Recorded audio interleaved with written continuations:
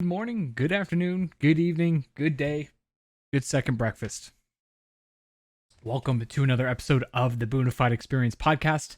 Hope y'all are doing well. I took about a 2 week break to get a little bit of rest and relaxation, but we came back stronger than ever. It does not mean I didn't sleep on getting some brand new guests coming onto the show.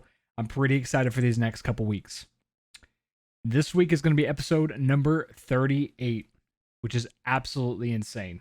If we take a look back this year, I've recorded 1,100 minutes of content, have listeners in over five different countries, and I've released 22 episodes with some of the most amazing guests to date. I think we're just now getting started, and I cannot wait for the future of what's to come.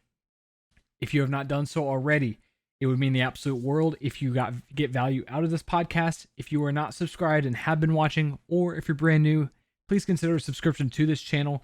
It would greatly help it out. We're 5 away from getting our custom URL, which will do amazing things for my branding, so I'd appreciate that support. Also, if you have a friend or a loved one who likes esports and gaming content creation, please go ahead and share these links. And if they don't like video, go ahead and share the audio as well. I will include that in the description below. I'm a content creator and a streamer on Twitch, and I do broadcast Tuesdays and Thursdays. Currently, I am playing Call of Duty Cold War. We just finished the Diamond Sniper Challenge, which I'm extremely stoked about, and we'll be moving on to some other challenges, along with diving deep into Cyberpunk 2077 when it does release next week. With that being said, we have none other than Mr. George Nowack himself.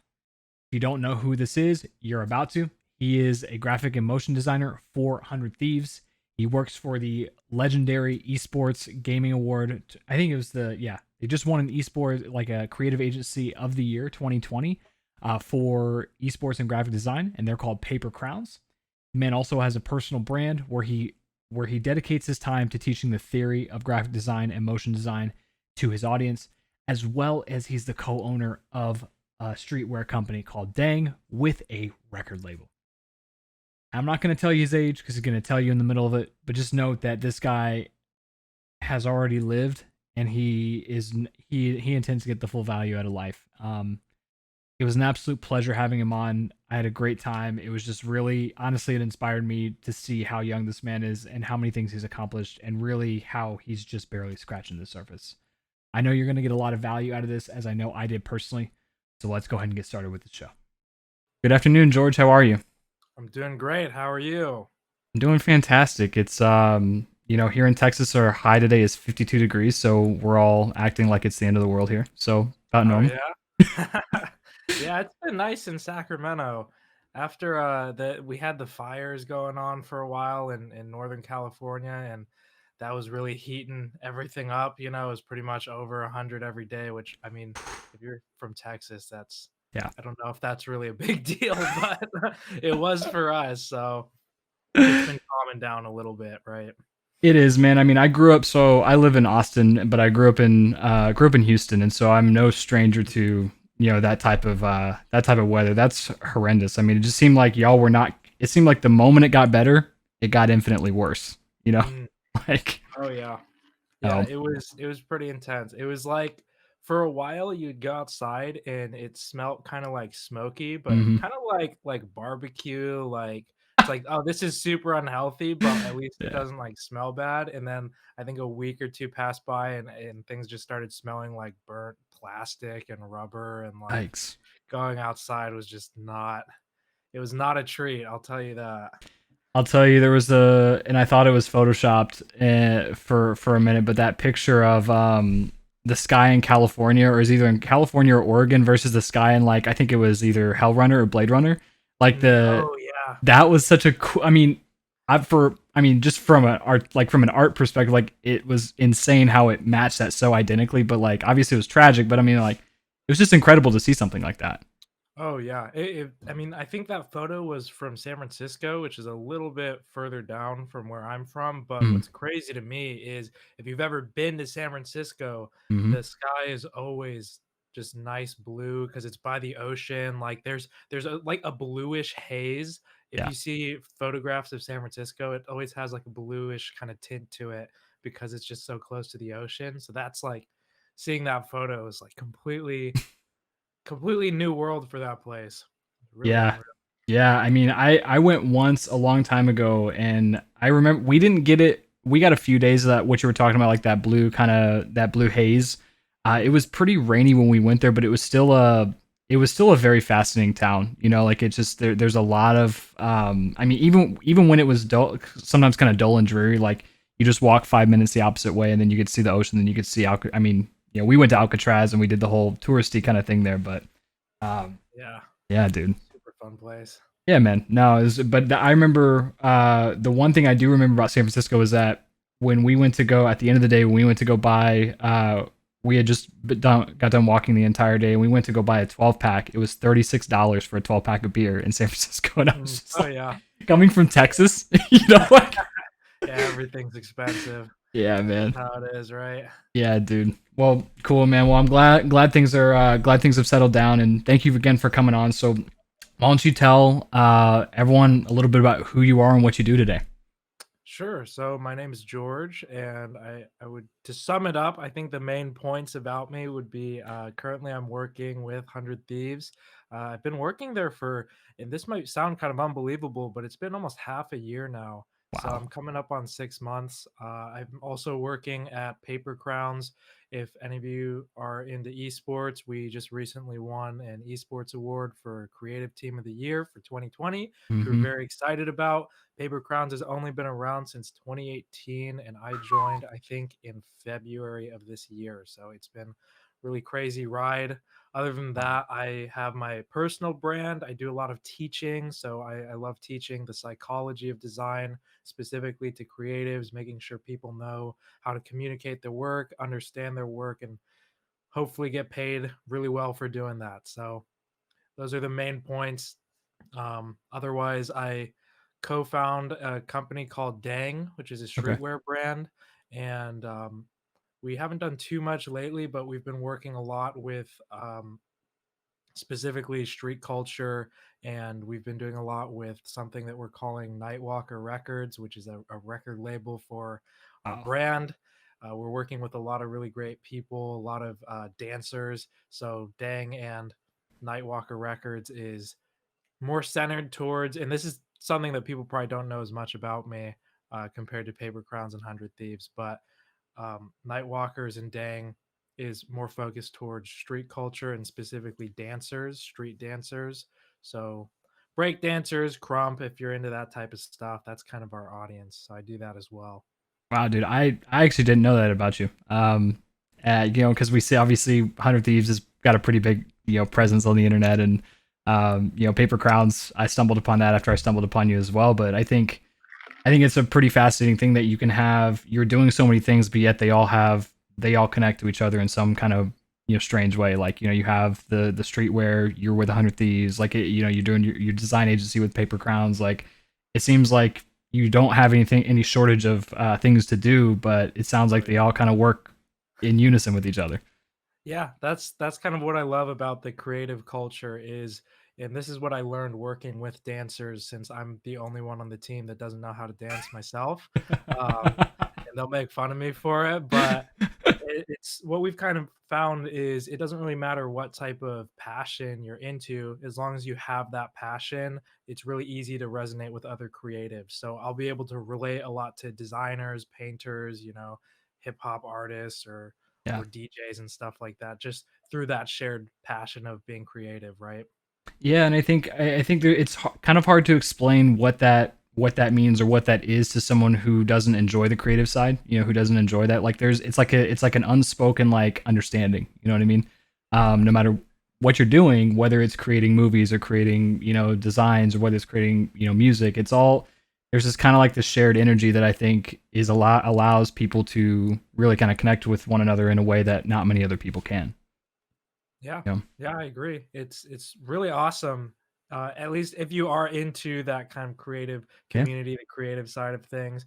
And yeah, even so, like it doesn't have to be necessarily creative at all. I always say that if people have the right passion, they have the right energy towards things. I think that I consider doctors creatives. I yeah. consider engineers creatives. People in marketing are creatives. If you just have that energy, I would even go as far to call those people artists if they really feel that passionate about what they do, right? Exactly. Exactly. And so I want to highlight this for everyone here is like, I mean, this podcast is designed to kind of help people in that spot where they either don't have the support that they need to actually take that next like leap of faith into their creative journey, whether that's through gaming, whether it's through design, whether it's through whatever it is that they're doing. So kind of tell people, I want to highlight, like, how old are you? I'm 22, just turned 22 Yeah. 9 days ago. Yeah, Happy late birthday, man. thank you so much. Appreciate that. Yeah, I think that's part of what fascinated me about seeing you. Not only are you with a brand that I enjoy, but the fact that you've already accomplished so much and are continuing to do so much at barely 22. And that's just, to me, honestly, like, that's impressive. So yeah, I just wanted to highlight that for the audience there. Oh, thank you. I mean, I feel the same way Yeah, towards a lot of people in our community. yeah. I actually just had someone on my stream recently, Aria, and he's a creative who got hired to his first esports organization, I think he said was LA Gladiators, Hmm. and that was when he was 16. So Wow. there it seems like, that's what I love about design and our industry specifically is it really doesn't matter what age you are as long as you have that knowledge, you know? You Yeah. could be 15, 16, 20, 30, 40. It doesn't really matter. I mean, shoot, if anyone watched the Phase 5 top 20, uh, It's insane. who's the guy that got in? I think he's like 6. Rowdy. Yeah. Yeah, Yeah. Rowdy, yeah. Yeah. That's just how it is. You just have that passion, that talent, and it'll pay off, you when know? he first kind of came to the scene, for those of you who don't know, like, he kind of broke into the scene with playing a lot of Call of Duty Warzone and just being like this just naturally gifted, incredible player, and the whole internet thought it was a fake, but they literally had cameras going on at the same time with his hands and the screen, and the kid was just absolutely disgusting at the game. um Yeah. his dad runs the Twitter account. I mean, that's just Yeah, it's amazing. It's seriously so cool watching that, yeah. you know? Yeah, absolutely, man. So wanna kind of take a few steps back, before all this happened, like what you're doing now, like, growing up, like, what got you, I guess, what kind of first sparked your interest in the design world, or like knowing that you wanted to be a creative? Oh, yeah, that goes quite a bit Yeah. far back. Yeah. So I Yeah. still have my copy of Photoshop CS5. I remember asking for it for Christmas when I was, I think, 11 or 12. Mm. So this was in middle school. I was just starting middle school, 6th grade, and I guess kind of what sparked it was I would go around or when I was in the car, like when my parents were driving me around in places, I'd always be fascinated, and this might be kind of weird, but I would see billboards, and because I was so young, I was like, how do they make those things? Like, how do they have these billboards? Like, these people are in like surreal kind of locations. Like, is that Mhm. all photography, or like how do they piece those things together? And that's when I started looking into Photoshop, and before that, I think it was called GIMP, Mm. it was like the free version of Photoshop. Um, so I started off with that, and basically I just kind of made whatever I felt like making. I watched a lot of videos, like tutorials and stuff. And moving into high school is kind of when I found out that it could be more of a career. Mm. And I had a graphic design class, I had a media class in high school that showed Wow. me like this is how you can make it a profession and the things you can do with it. From that point, in high school is kind of when I started getting into video games. I actually wasn't allowed to play video games as a kid that Oh, were wow. violent, so that's why seeing like Rowdy, Yeah. is super cool for me because I wasn't able to do that. I started playing video games in my freshman year of high school, and because the two things of design and gaming kind of just happened near the same time frame, Mhm. they ended up just kind of blending together as I went through learning about the gaming community and esports. I also went through learning about design as a profession into going into college and stuff like that. And Dude, that's kind of went through college. That's where I'm at right now, that's just finished. that's sick, man. Yeah, where did you go to college? Sacramento State University. So it was that's where I'm from, Sacramento. Mhm. And what I really enjoyed about it was it's very close by, and the design program is phenomenal. I mean, even going through it myself, like I heard great things about it before getting into it. It's a program that you have to apply to. So you spend 2 years building up your kind of like application. You apply, and then they pick 40 people for the year. It's two classes of Wow. 20. So if you're lucky enough to be in those 40 people, you get to go through a really great 2-year program that just teaches you basically everything you need to know about design. That's incredible, man. That's incredible. And I want to highlight something, or I want to ask you a question. Like, I remember seeing a bit of your story where it was like, you were like like you were like a fast food restaurant worker, or like you were like and then you like basically quit and became like where you're at today. Like, kind of tell me a little bit about that. Yeah, so I worked my first job was at J.C. Penney. So it wasn't fast food, it was in Oh, okay, gotcha. retail. That was Nate shot It's I'm thinking of. kind of yeah, yeah, Nate Shot. It's a kind of similar story, but that was Yeah. like J.C. Penney.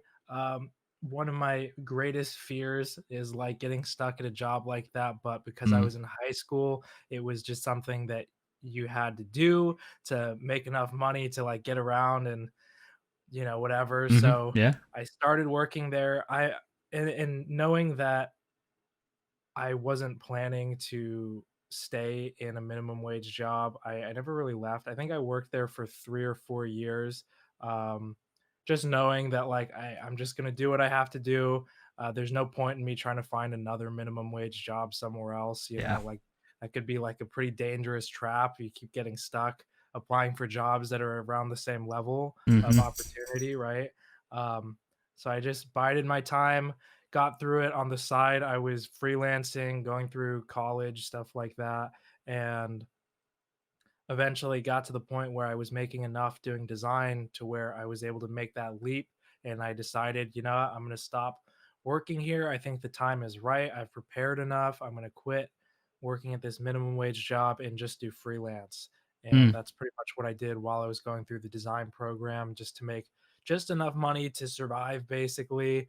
yeah. Since the program itself was so demanding, and I'd spend maybe 60 to 80 hours a week just Wow. doing like work for Wow. assignments and stuff like that, right? Not a lot of time, you know? Yeah, I gotta ask, like, as a while you were working that job at JCPenney, like, what were like? I guess a good question for someone like me is like, how do designers make money? Like on the side, like when you're doing that, what is it? Just like a smorgasbord of different products, or like like what does that look like? Well, this is how it worked for me. Mhm. And man, so it wasn't too far away. I don't know how long ago it was exactly, but I was basically just freelancing in esports, and I would take on projects just one at a time. I would do like animation specifically. So that's kind of how I started. It's a little bit unusual, but I obviously am a graphic designer, but most of my clients were through motion design and Mm. animation, just because I started in esports technically editing montages in 2012. So Ah. what ended up happening is I was learning graphic design in school. I was doing in esports, I was doing montage editing, and then Mm. the two blended together. And that's how I found out about motion design. I found out there was a greater demand for it. So I was Yeah. able to get paid slightly more. And by more, I'm like talking like $50 for an animation I would spend a week on, you know? Yeah. Um, Yeah. so I would just start with that. Normally, what would happen is I would create an animation, and then that person, if they're super happy with it, they would show it to their friends. One of those people would hit me up. So it kind of just created this momentum, and it Mm. it definitely taught me about how powerful the this small community can be when it comes to making connections with people, and essentially how to get consistent freelance work is to make sure that your clients are happy with what you give them, right? Yeah. Um, it kind of just snowballed into that, to the point where I'm able to charge much, much more if I do ever feel like taking on freelance projects, right? Well, it's about the experience, you know what I mean, and you seem pretty keen on that. And it's if you put out quality work, like it's as simple as that. If you put out quality work, if you take your time, people are going to appreciate that. You know, Yeah, exactly. like I know there's a greater demand for motion because every project that I throw at my designer for my channel, like the anime anything animated, anything motion is like Mhm. double to triple the price of something of what he would normally charge. Yeah, Because exactly. it takes that much time out of his day to sit down and actually do that. Yeah, and I was very fortunate at the time because motion design is, I would say, the newest development in esports as far as like its own category Yeah. or its own like sub industry, because there was always a demand for graphic design, editing, and motion design was something when I had started doing it, I think back in 2015, there wasn't a lot of people doing it, and there was a lot of people that wanted it as Mm, far as like creators. They wanted intros and stuff for their videos. yeah. And it was a great opportunity for me because that's how I got into my first big organization, which was Obey. I got in Oh, as a motion designer, and it was essentially because I saw an opportunity. I thought to myself, hey, I really love doing this. There's not a lot of people doing this, and it seems like people enjoy it enough to where I could probably just do motion design and make a career out of it if I wanted to, right? yeah. Yeah, that's incredible. That's impressive. I gotta ask, when you were editing montages back in 2012, like what games were you mainly making montages for, and what like were they for pro players? Was it for amateur players? Kind of. I'm just curious to know like what those were. Yeah, so it was all for fun. I think anyone back in the day, 2012, 2013, if you were in esports, you probably weren't doing it for the money. Oh yeah, Uh, I started doing my first game that I was like allowed to play as a kid was Black Ops 2. So I would play that with my friends in high school and stuff just for fun. And I would yep, eventually end up editing those videos. You can still find my old channel. If you look up KNG edits, it'll pop up and you can see some of my videos. I did tutorials as well on how to edit montages. And I had built a decent following, um, which is another point in my life when I had to make that switch from, okay, I'm not going to be an editor anymore. I'm going to switch to graphic and motion yeah, design. It was very scary. Another kind of leap that I had to make because I had already built a following. I think a lot of people in esports can probably relate to this, or creatives especially, where you've been doing something for so long, like you've been designing for so long, and then you suddenly discover that you have a passion for something else. yep. And it's like you already have those followers, you've already built up your name under that category. And it's like, is it even possible for me to make a switch into something else? And it was very scary. Can imagine. I'm kind of at that. I'm at that literally at that exact point that you're talking about. With like I've done Twitch streaming for 2 years, and now I'm Yeah. realizing that I really enjoy the editing process of making vlogs and gaming clips and like stuff like that. So it's just like it's such a weird thing to like leave. In reality, is I don't have to leave it, but it's just like there's a huge area of understanding that I have no clue. Yeah, not. Hello. Sorry about that. You're good, man. Um, so I mean, so you were in Obey. How long did you work there for? Oh man. This is I like staying committed to things. So when I said I was working at JC Penney for 3 to 4 years, I was in Obey for I think 3 years as well. And I basically, unless I have a reason or like a greater opportunity somewhere else, I don't really like leaving Yeah, organizations or teams. Or there's like, team hoppers in the yeah, community. They just like being a part of everything, which is great, but I just love building that relationship at Obey. So it was about 3 or 4 years, I think, something like that. that's awesome, man. And was there so was it was it straight from Obey to 100 Thieves, or was there something in between? Yeah, that's basically what it was. So Yeah, when I got hit up by Sesso for 100 Thieves, that was kind of my moment to say like, all right, I've had a great time at Obey. I'm ready to move on and hmm experience these new opportunities and stuff like that. So it was just a straight jump. yeah. So I mean, I gotta like this isn't like a knock on any other org, but like what has been kind of the coolest thing since joining 100 Thieves that was different from Obey? Like, is there anything culturally that was different, or is it kind of the same? Kind of what's been the difference between the two? Right. Well, the main difference, especially for creatives, is the difference between pay specifically. So that's the Mm, immediate change. Is yeah. you go from Obey was just commission based, and 100 Thieves is obviously just a salary position. hmm Um, and the things that come with that is 100 Thieves. Obviously, it takes more of your time, and you have to be more dedicated towards that position, that role. It can't just be making work whenever you feel like it. There's always stuff to do. The organizational system inside 100 Thieves is much more managed. There's a Yeah. team of people that just focus on managing how things are organized. So when it comes to getting tasks done. There's very specific deadlines, and the whole position feels a lot more put together. So Gotcha. it's making this. I've always found that there's kind of a divide in esports currently, where there's people who are doing it for fun, which is fine.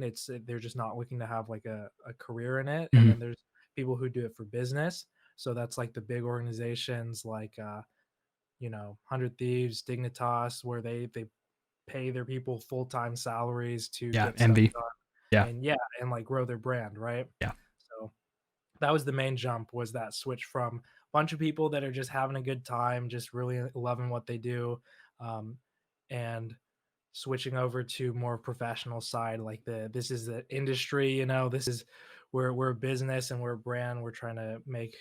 The we're trying to make our brand as good as it can be, right? Well, and I think that's what's so appealing to it is that like there's a reason why people will spend 40 between 45 and $55 on something that literally just has the logo on it. Just one thing on it. I mean, it's because of that. The brand building, the culture, the structure of it. It's like you have the best minds in the creative and the best minds in business like colliding together. You know what I mean? And that's why I think it's just so impactful. And you look at Nate Shot, like his history, and like there's a strong tie to the esports community. I think as from a viewer and from like a fan, just as a fan and a viewer and a creative, it's just like the esports is still the wild wild west. There's just you mentioned like team hoppers, like people not paying fair salaries, or like people withholding money, or like team switching and like contracts. Like there's just so many things that we still have to learn. And I think y'all have been the first that have at least not, I wouldn't say mastered it, but like you guys are probably the farthest ahead out of anyone I've seen. You know? I appreciate that. Yeah, Yeah. this is by Yeah. far. I'm very very grateful for the opportunities that I've been given, and I could not imagine myself working anywhere else for those exact reasons. 100 Thieves is a family. Yeah. Everyone is very very motivated, dedicated. Everyone is deserving of being paid salaries. So it's everybody that works there deserves that spot.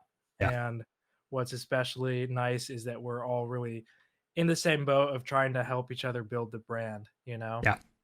One of the cool things about 100 Thieves is taking days off. You can take days off whenever you feel like, but everybody is so motivated to build the brand that it's not likely to happen anyways, Yeah. just because everyone's passion for really making this thing as good as it can be. That's incredible, man. So I mean, that I saw that, and we talked about it a little bit earlier, but it's like, you're graphics and motion designer. So in 100 Thieves, like what does a typical project for you look like? What's your role in some of these pieces of content? Right. So generally, the way our tasks work is we'll have things split up into two categories. We'll have the long term and the short term projects. So generally, we'll know if there's like a big project coming up. So obviously, like the apparel drop, like we knew about that Mhm. way in advance. LA Thieves, we knew way in Yeah. advance. Um, and then there's those projects where it's like, hey, we need this in an hour, or by the end of the day, or hey, can you get this in 15 minutes? Yeah. So our we'll have a calendar with all of our tasks lined up, and we'll know when those long-term ones, when the deadlines are. They're normally divided into like sub deadlines, like this and this. And at the same time, just throughout the day, throughout a typical work day, we'll just get tasks kind of just thrown in that calendar, like, okay, this is end of day, Yeah. if you could get this tomorrow, stuff like that, right? Yeah. Yeah. I mean, I guess like talk me through like when something like a merch drop happens. Like who's first? Like what is the process of like creating this drop between the design of the apparel, the content that's pushed out. Like what is kind of that? I mean, that to me is fascinating. So it's kind of a selfish question, but I think it'd be really valuable for a lot of other people to know. Right. So maybe apparel was not the best example for Yeah. long-term projects, because Okay. normally what happens is it's hidden from a lot of people. They try to hide it as much as possible. So Sure. realistically, the only reason why myself or Sessa would know about anything regarding our apparel is because we need to make a graphic for it, like it's a requirement for the marketing, but like Yeah. if there's any opportunity to where it can be hidden from everyone else in the organization until like, a couple days before launch, that's generally what they'll do. Same with LA Thieves. Most people didn't even know that it was being announced until like that same week, Yeah. So they pretty much keep it closed off until they need that person in the project. Got it. Um, so when it comes to the I guess tasks that happen before the design process, I'm actually like not filled in at Ah, all. got All it. that stuff is top secret, and then all of those things happen, and then they say, "All right, George, we need a graphic for this, right? This has been going on for months now, but we need this from you, right?" No, that's I mean, and I think that that makes sense because I think with you know there is an art to that. There is like a sense of I don't know organization that comes with that because like the less people like the less kind of hands you have in the cookie jar in the beginning, they have a vision, like they have the people working on that, and it's just kind of like a conveyor belt, and it works. It seems like that works really well, and I don't know. It seemed like that could like confuse like even someone like you, like knowing about it like prior to the beginning and knowing what you want to do, and then by the time it's done, then it's something completely different than what you even thought it was. Yeah, You know? absolutely. Yeah, and they make sure those types of projects, they take so much attention to detail. They take Yeah. really good care of how they market it. So normally those projects, even though if there's like only let's say 5 or 10 graphics that I need to make for it, those 5 or 10 graphics will stretch on because they're very close to detail about can we change this word? Can we move this over here? Hmm. Stuff like that. They want it to be exactly as they envisioned it since they spent so much time Yeah. beforehand making it right? Rightfully so. I mean, because all the drops have been incredible. There's not been one that has not sold out completely. You know. Absolutely. Yeah. My closet is 100 Thieves stuff now, so yeah, it's definitely been nice. That's a Yeah. good benefit of working with the team, definitely. I can imagine. I can imagine. I low key get a little jealous every time someone joins 100 Thieves and then they post the picture of all the drops that they get. I'm just like, oh, what an opportunity that is, man. Yeah, it just piles up.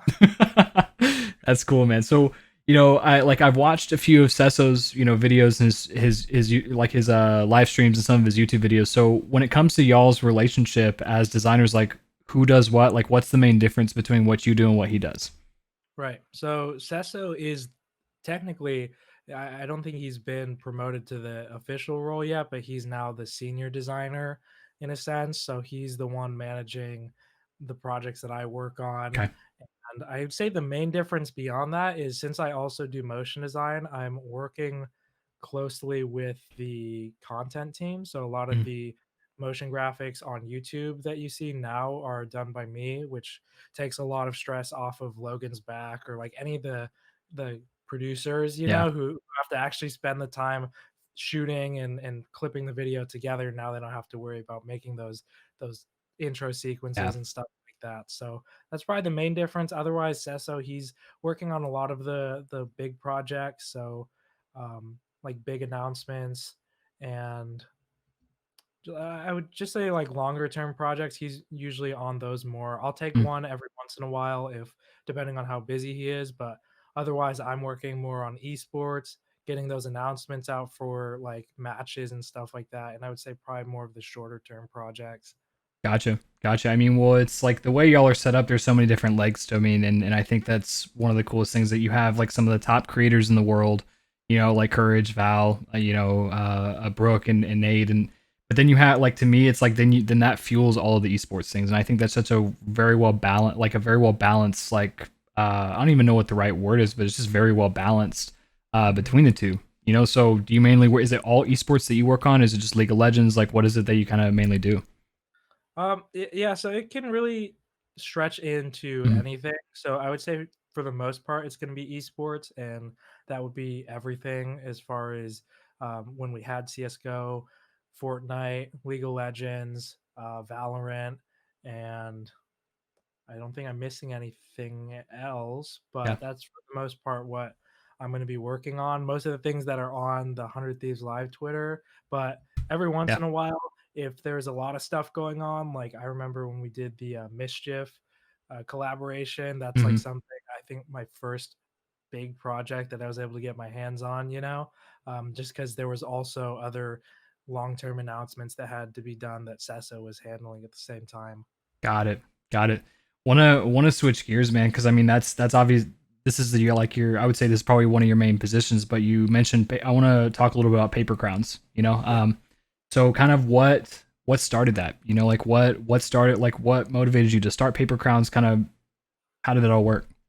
Yeah. So Paper Crowns was a blessing when it happened. Again, I always say that I'm very grateful for these opportunities that I've been given, and they all happened really fast. I mean, considering I've been in esports since 2012 and I started working for both these organizations in 2020, the whole time I've just been waiting for that big opportunity. And then in the same year, two of them showed up to my front door, right? So as soon as I finished college and I finished the design program that I was in, my main focus was okay, I've just freed up 60 to 80 hours a week of my time. I just don't have to spend on doing assignments and stuff. So I'm going to go all in on my personal brand and esports. And I'm just going to focus purely on this industry and see what I can do in a year.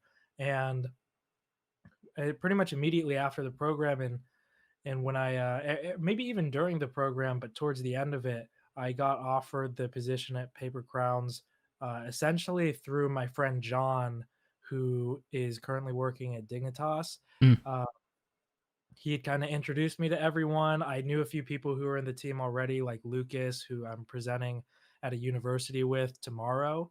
Um, I had already known him in advance. I got to meet Skylar and everyone else, wow. and we kind of just hit it off. I mean, the whole process went by really quickly. I just kind of showed them what I was about, the things that I was interested in. This is the work I've done at my university since before that, I didn't have a lot of professional design experience. It was mostly Yeah. just what I've done in esports and then, my university assignments and stuff like that. And we just hit it off really well. I felt like a really great connection with everyone in the team pretty much immediately. And from that point, I was just initially doing just motion graphics. They found out I could do more about branding. So I started working on like logo design and typography, brand books, layout, stuff like that. And at this point, um, what I really love doing with them is more of the art direction. So I Mm, do direction for projects. I'll still do animations once in a while, but for the most part, I'm kind of just working on anything cool that is, yeah. being brought to the table, right? No, that's cool, man. That's cool. And so you've been there for 2 years, and so is that mainly just? So what is the? I guess what's the main product that y'all offer? When it comes to paper crowns. Right. I would say we work on everything Mm, technically. So we've done web design, UI, um, photography, videography, really anything creative that you could think of. But if I had to specify on something in particular, it would probably be web. So we've done a lot of web development, web design for most of what you see in esports today. wow. And I have to give a shout out to Ollie, who's one of the hardest workers I've ever met. He's our main web developer. We have a couple more, but he's the guy who's working on Yeah. like when we worked with CDL and we did the brackets, Overwatch Saw League, that. stuff like that. He Yeah. was the main guy working on those brackets, and it was really incredible seeing the hours he put into those. But I think that because there's not a lot of web developers and web designers in esports in general, that's kind of where we thrive in because we just have experience in it already, and our team is ready to go on that front, Yeah, yeah, and what I was thinking of when you mentioned that, because there's been you mentioned this a couple times, like it's like since we were related to esports, this gave us the competitive advantage. Like when it comes to like building a website, what's the difference between like someone who builds like a web designer for a normal website? I guess a normal website would be like e-commerce or something like that, versus like an esports website. Like what is in layman's terms, what's kind of the primary difference between the two, or why is what makes it different? What more do you have to do that's different than a normal website? I would actually say it might even be less in Mm, esports because websites are so underdeveloped in this industry. There's not like a lot of people when they think of like websites for their brand or their organization, there's not really a lot to put on it, like people Yeah. a lot of people in esports, they just don't know what to do. Like, I don't know what to put on my website. I don't even know Yeah. if we should have one. So I would say that a lot of it is mostly just functional. So like when we worked on the bracket, I'm gonna say like the bracket was probably our biggest project that we Mhm. worked on. That had a functional purpose. They needed a bracket for their competition, so we were like, "Hey, we know how to do that. We'll figure it out for you guys." Otherwise, we still do a lot of e-commerce, a lot of just like about me websites and Mm. and things like that. It's really just I would say that there isn't a huge difference because a lot of people, they're just trying to create a website that fits what they need, right? Yeah. And most of the time, they at least know what that is. Like I know what I want to sell or what I want to showcase, but I don't know how to do it.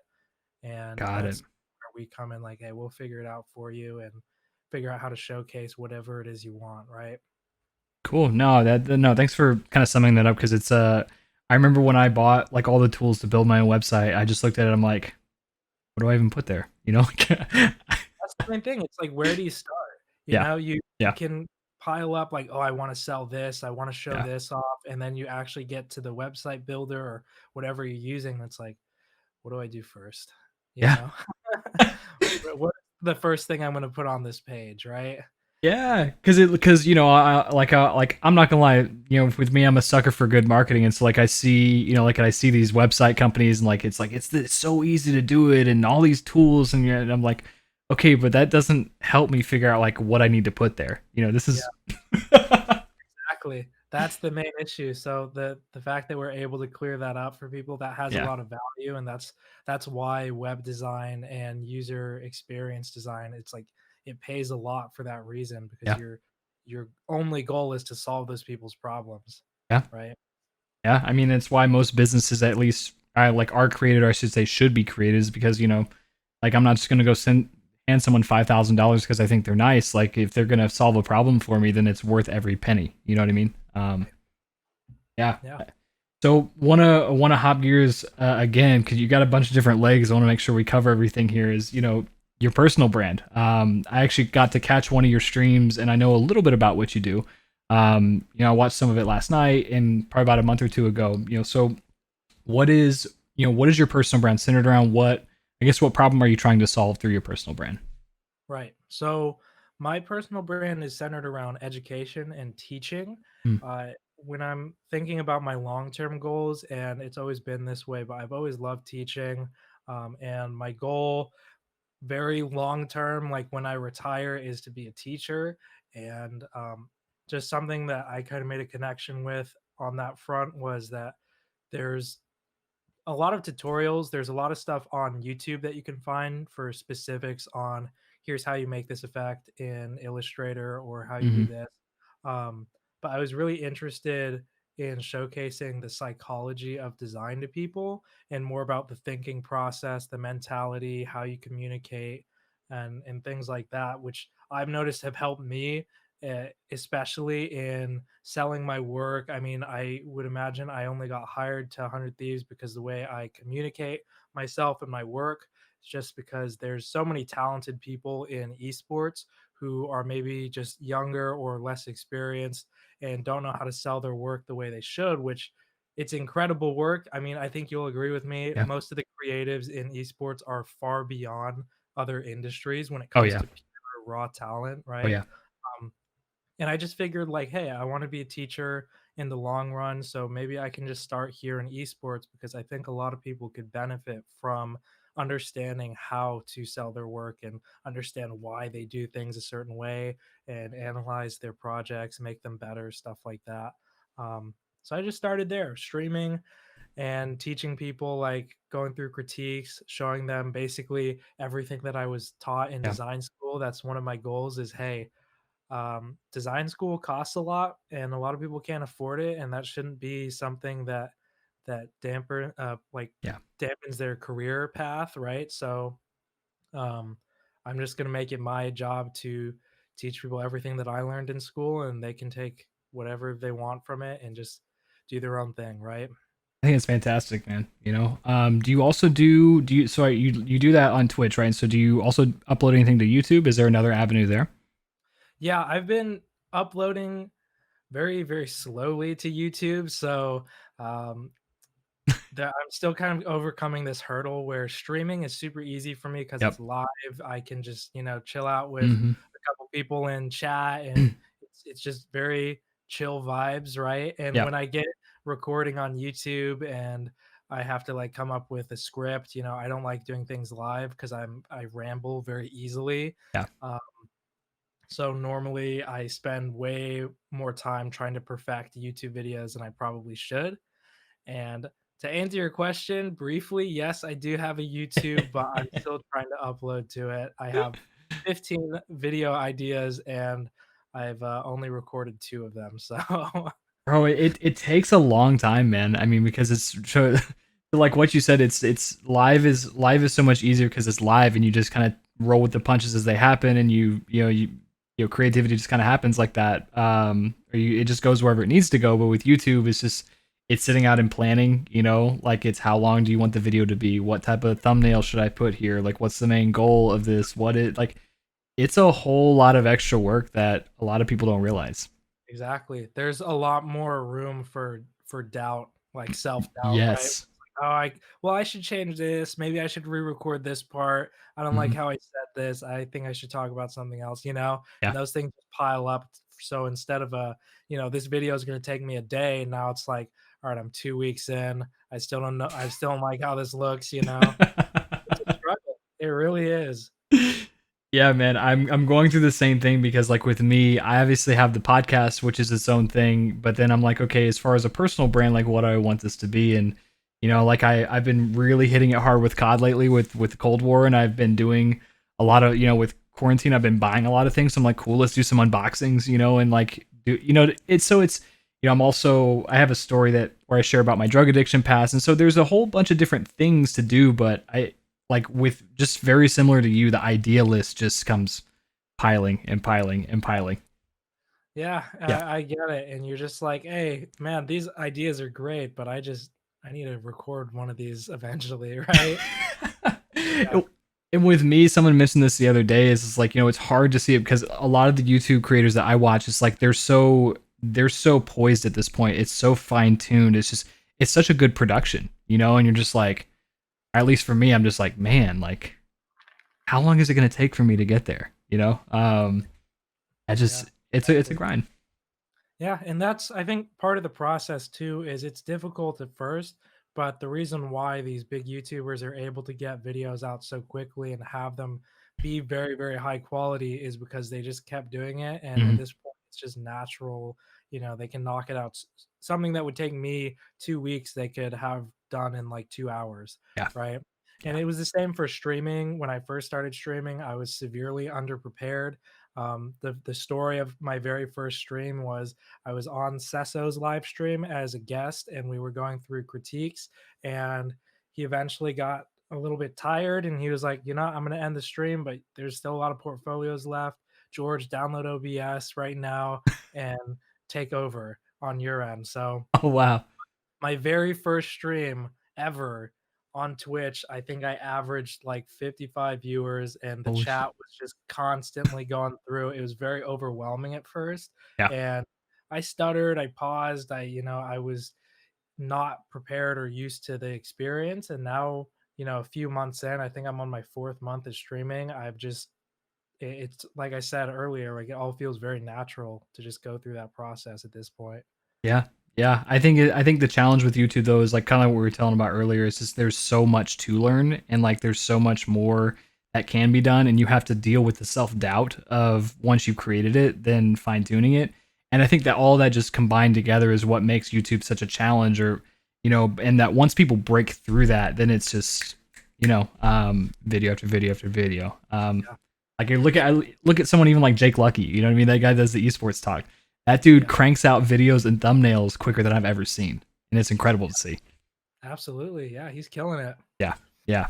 No, it's cool to see that, man. So I wanna talk a little bit more, kind of wrap things up here. On your personal brand, I gotta ask, what is with the angry look on social media? What is I gotta ask that, man.